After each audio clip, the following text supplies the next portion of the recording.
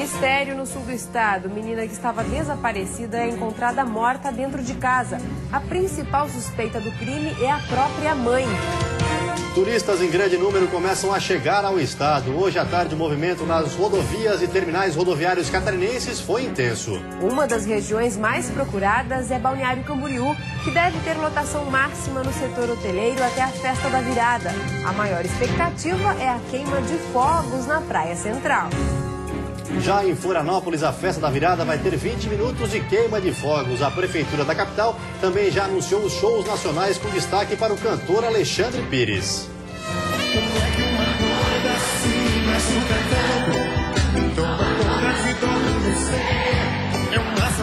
E ainda a Câmara de Vereadores de Florianópolis faz sessão ordinária antes do recesso parlamentar. Entre os assuntos, o orçamento para 2015.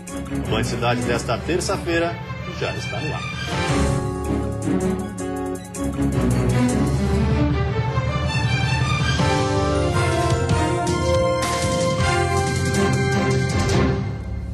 Olá, boa noite. Boa noite. A polícia ainda investiga as causas da morte de uma menina de 7 anos no sul do estado. A principal suspeita é a própria mãe. O delegado responsável pelo caso esclareceu a situação de Silvana Seidler. A mãe da menina, mesmo diante da suspeita de assassinato, não é considerada foragida. Ela simplesmente desapareceu sem prestar os esclarecimentos necessários à polícia. Essa mãe ela se encontra em local incerto e não sabido até o presente momento, e é fundamental que ela possa ser localizada, mesmo porque ela é uma das pessoas que vai saber esclarecer com mais propriedade o que realmente aconteceu naquela casa, né? No que diz respeito a esse crime horrendo, realmente horripilante. Os pais da menina estavam separados há cerca de 10 meses e Silvana não teria aceitado a separação. O delegado confirmou também o acidente sofrido na manhã de ontem, mas ainda analisa se Silvana teria realmente jogado o carro contra um caminhão na BR-101. Ele descartou a possibilidade de morte da menina. Hipóteses estão sendo avaliadas. Ela não estava ontem, pelo que se pôde verificar, numa situação tranquila, numa situação saudável do ponto de vista emocional e mental. Então isso é algo que realmente precisa ser checado com mais tranquilidade ainda, com mais segurança. Porém, foi um acidente bastante grave, tanto é que o veículo teve, ao que consta, perda total. O corpo da criança ainda passa por exames detalhados para identificar a causa e as circunstâncias da morte. A garota foi encontrada em um dos quartos, que era utilizado como depósito na casa onde morava com a mãe. O corpo estava dentro de uma caixa de papelão, coberto com roupas e brinquedos. Luana, que é vizinha da família, viu quando o corpo da menina foi encontrado. O bracinho dela já estava bem roxado, estava tudo bem machucado, assim. Como se já fazia um tempinho que ela estava ali. O quarto estava um cheiro horrível, assim, já. A Delegacia de Proteção à Criança foi o último local em que a mãe da menina foi vista por policiais, por volta das 10 horas da noite. Cerca de 4 horas antes do corpo ser encontrado, câmeras de vigilância poderão auxiliar na localização da suspeita. Em Lages, a polícia prendeu uma quadrilha que era investigada por homicídio e tráfico de drogas. 5 pessoas foram presas, 2 em flagrante por tráfico de drogas e outras 3 tiveram a prisão temporária decretada. Elas são suspeitas de um homicídio no dia 29 de novembro, quando um jovem de 22 anos foi assassinado com 9 tiros em casa, no bairro Tributo. A característica desse crime é uma característica que, para nós, nós reconhecemos como um crime de execução, né? E pode ter tanto a motivação ligada ao tráfico de drogas, quanto a crime de vingança e uma outra desavença que a vítima tenha adquirido com esses indivíduos anteriormente. Com eles foram apreendidos entorpecentes, além de arma, munição e dinheiro. A droga foi encontrada em 2 das casas onde aconteceram as prisões. Hoje nós cumprimos as prisões, né? Eles estavam na residência, nos bairros Ponta de Dinheiro e Sagrado. E daí, do cumprimento das buscas, resultou no encontro de vasta quantidade de entorpecentes, tanto maconha quanto cocaína. A quadrilha foi encaminhada para o Presídio Regional de Lages. Todos eles vão responder por tráfico de drogas e 3 por homicídio. A polícia continua investigando o caso. E a seguir está chegando ao fim o prazo para os pais que ainda não vacinaram os filhos contra a poliomielite e o sarampo. E ainda levantamento em Lages vai apontar se está havendo venda de licenças médicas na cidade.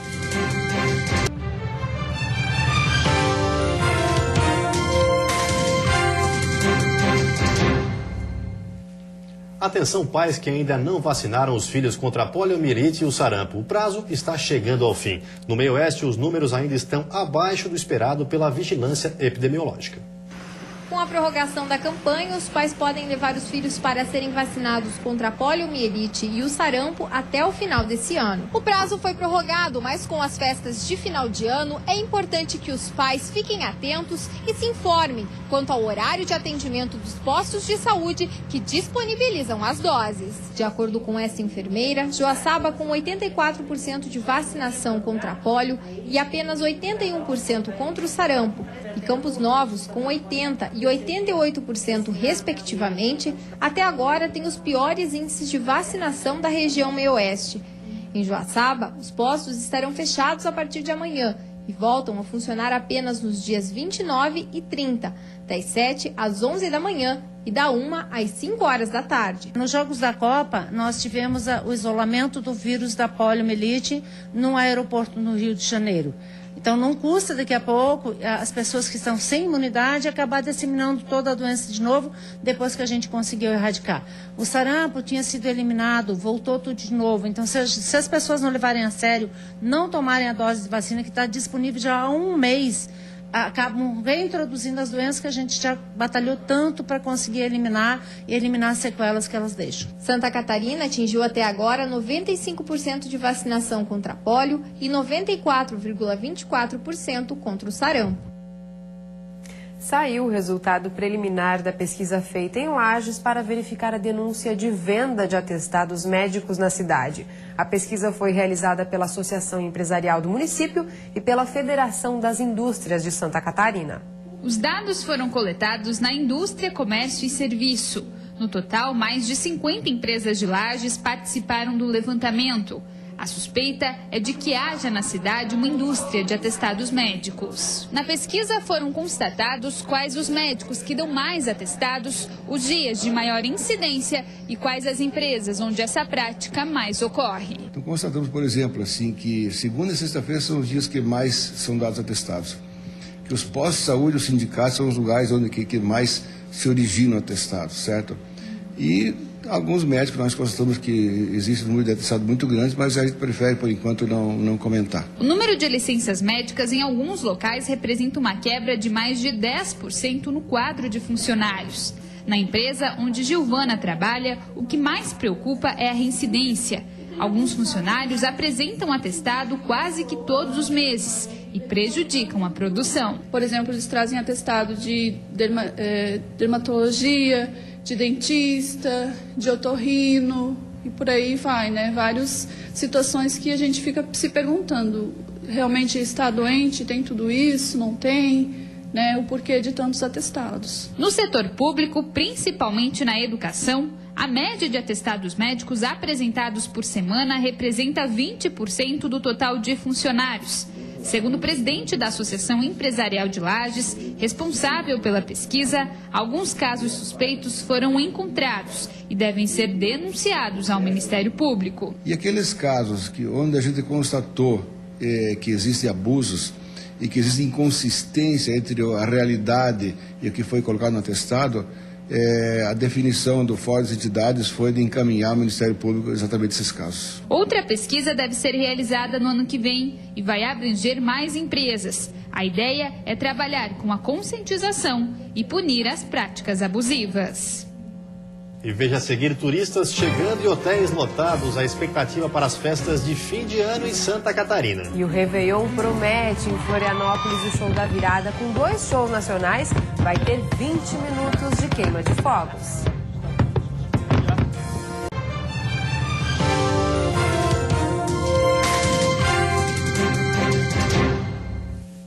A Prefeitura da capital já divulgou a programação da Festa da Virada. O ano de 2015 será recebido com 20 minutos de queima de fogos e ainda com 2 shows nacionais. A A festa de Réveillon em Florianópolis vai ter shows e queima de fogos em 2 pontos da capital. Na Beira-Mar Norte, o grupo Só Pra Contrariar, com a presença do cantor Alexandre Pires, já está confirmado.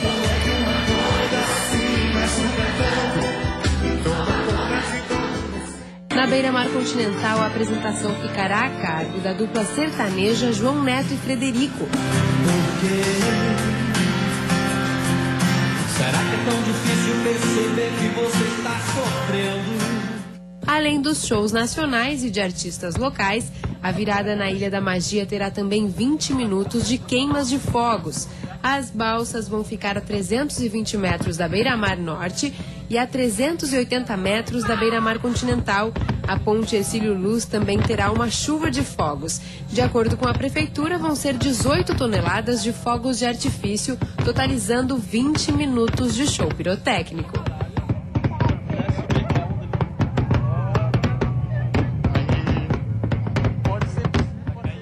E os hotéis do Litoral Norte já começam a receber os turistas que chegam para os feriados de Natal e Réveillon. O movimento já é maior do que o registrado no ano passado.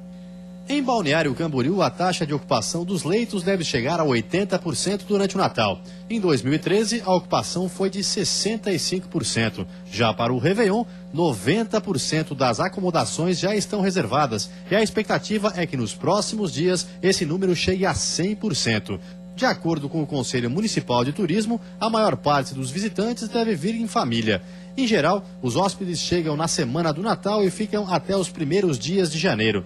Para o Réveillon, a Prefeitura de Balneário Camboriú prepara um grande show pirotécnico. Foram investidos R$1.700.000 em fogos de artifício. As 25 toneladas de fogos vão ser distribuídas em 10 balsas que serão dispostas pela orla da praia central de Balneário Camboriú. O show deve durar cerca de 15 minutos. A quarta-feira vai ser de nebulosidade variável na maioria das regiões, com chuva isolada no litoral norte e Vale do Itajaí, temperatura amena na madrugada e em elevação no decorrer do dia. A mínima deve ficar em 7 graus na Serra e a máxima em 25 no oeste do estado. No Planalto Norte, mínima de 13 e máxima de 18 graus. No litoral norte, Grande Florianópolis e Sul, a máxima chega aos 24. E no Vale do Itajaí, mínima de 19 e máxima de 23 graus. E com a aproximação do fim do ano, já é grande o movimento nas rodovias em Santa Catarina e também nos terminais rodoviários. O fluxo de veículos na BR-101 aumentou a partir da tarde e o movimento intenso deve se estender durante a noite. De acordo com a estimativa da Autopista Litoral Sul, a circulação de carros de passeio deve crescer quase 50%. A situação se repete nas demais rodovias que cortam o estado. Durante o Natal, a viagem vai ficar mais demorada tanto para quem busca o interior catarinense quanto para quem vai para o litoral. Como Santa Catarina recebe muito bem o turista, há um número muito grande que vem procurar exatamente as praias. A partir de hoje, nós já começamos a ter filas, engarrafamentos. O movimento também é grande nas rodoviárias. No terminal rodoviário de Joinville são esperadas 3.000 pessoas por dia até o fim do ano. Essa média representa quase o dobro de passageiros que costumam embarcar e desembarcar por aqui diariamente. Seu Geraldo veio com a esposa e o filho do Rio de Janeiro para aproveitar as festas com o restante da família que mora em Blumenau. Apesar da chuva, a viagem foi tranquila, segundo ele. Passar um Réveillon aqui no lugar que eu nunca passei, Réveillon, né? E estou gostando. Maria e a esposa vão passar as festas com familiares em Brasília. Para chegar ao Distrito Federal, decidiram enfrentar uma parte da viagem de ônibus e a outra de avião. O casal saiu ciente que viajar nessa época do ano vai ser difícil escapar de congestionamentos e atrasos. Normalmente nessa época não vai estar tão tranquilo assim não. A gente já enfrentou outros anos sempre dificuldade. A gente sabe que não vai estar tranquilo, mas a gente já está preparado para esperar que não esteja tão tranquilo assim, não. E você já pensou em tudo que vai preparar para a ceia de Natal? Se ainda está em dúvida sobre o que servir, nós temos como dica uma receita leve e prática, uma salada de bacalhau. No Natal, nada melhor do que reunir a família para a ceia. E para que ela fique ainda mais especial, eu estou com o chefe Marcelo Caramori, que vai nos ensinar a receita de uma salada de bacalhau. Boa tarde, Marcelo. Boa tarde. Qual é o diferencial desse prato, Marcelo? O diferencial desse prato é que é um prato leve, prático e rápido de se preparar. Embora todos estejam acostumados a utilizar um ingrediente como esse, nós vamos usar agora com outros preparos, pratos quentes, gratinados, pratos que vão ao forno. Hoje nós vamos dar um toque diferente nele, fazendo com que ele fique mais rápido, mais prático, para que você faça em casa para a sua família. Ficamos curiosos para saber como é que faz o prato. Vamos lá? Vamos lá.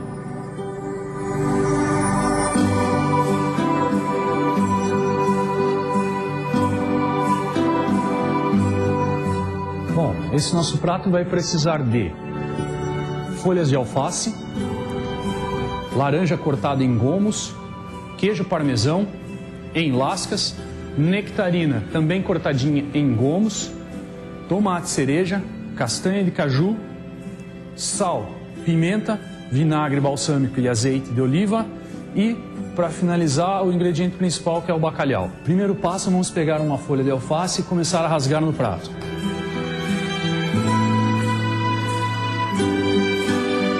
Segundo passo, vamos começar pegando as frutas.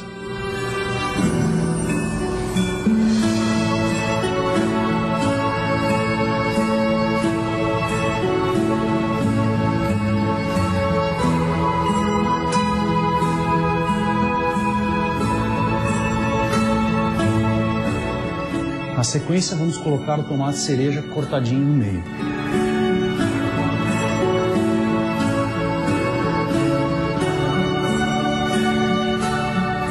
Na sequência, vamos colocar o queijo parmesão cortado em lascas. Agora acrescentamos a castanha de caju. Deixamos elas inteiras, que elas fiquem bonitas, dê uma apresentação legal para o prato. Agora, quase finalizando, nós pegamos o lombo de bacalhau, que eu separei já demolhado e cozido, pronto para uso, tá?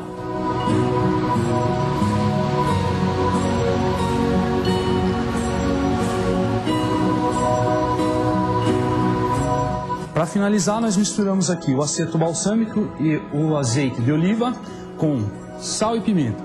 Se quiser incrementar mais alguma coisa no tempero, pode acrescentar.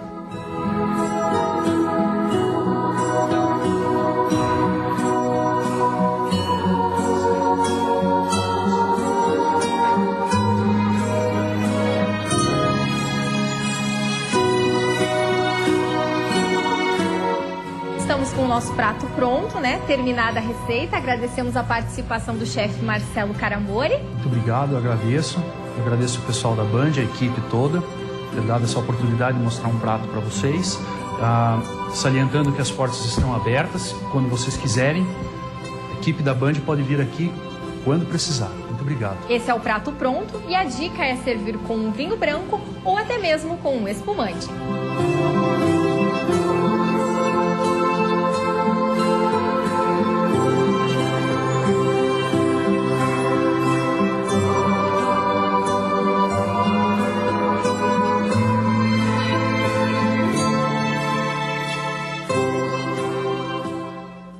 E a seguir, semáforos da capital estão sem os controladores de velocidade. E ainda a última sessão do ano na Câmara de Vereadores de Florianópolis.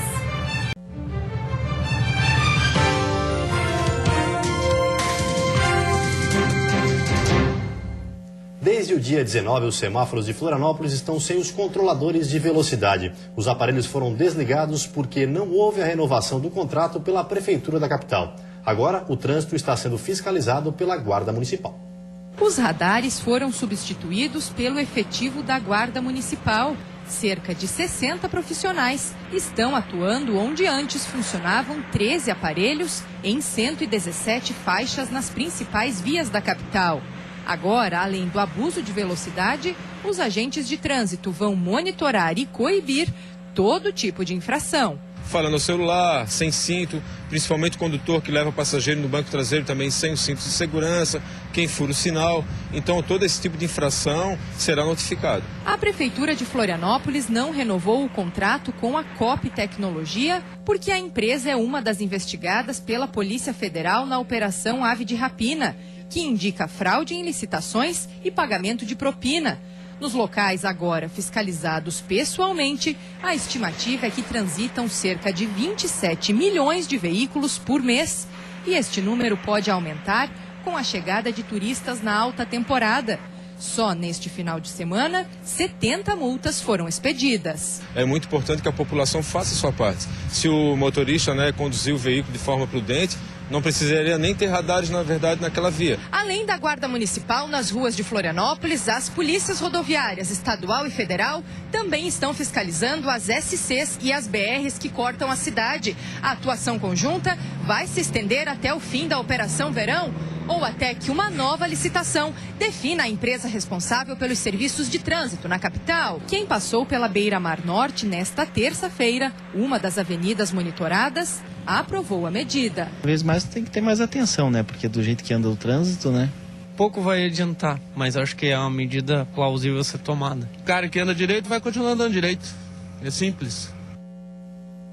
Depois de um ano conturbado com a maioria dos vereadores indiciada pela Polícia Federal por corrupção passiva e organização criminosa, a Câmara fez hoje à tarde a última sessão de 2014. Do lado de fora, faixas foram colocadas. No plenário, 21 vereadores compareceram à última votação do ano.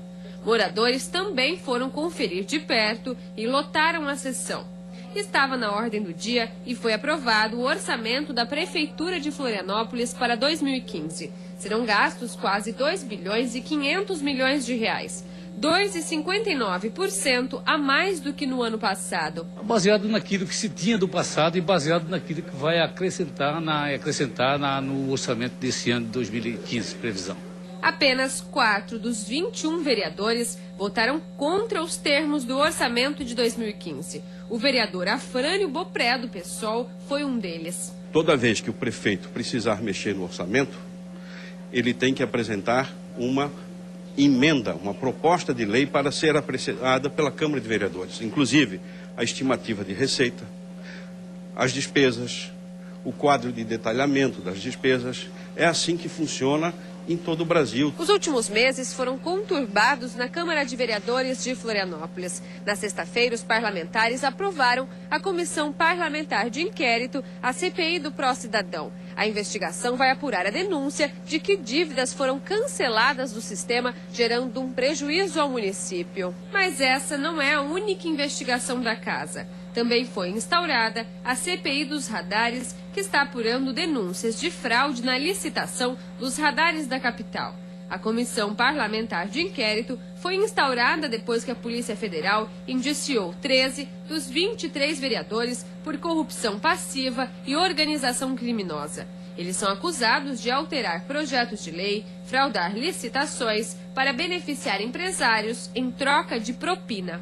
Eu apresentei dos documentos que nós recebemos o relatório da Polícia Federal para o Ministério Público em relação à Operação Ave de Rapina, que está relacionada com o fato determinante da CPI, que foi a apreensão de R$100 mil portados por agentes públicos numa viagem ao Rio Grande do Sul. E antes de encerrarmos, uma olhadinha no trânsito da capital. Aí você acompanha imagens ao vivo das pontes Colombo Salles e Pedro Ivo Campos. Movimento bastante tranquilo, tanto para quem entra quanto para quem sai de Florianópolis. Com tempo chuvoso e agora fazendo 19 graus. E vem aí o Jornal da Band. Uma ótima noite para você. Boa noite, até amanhã.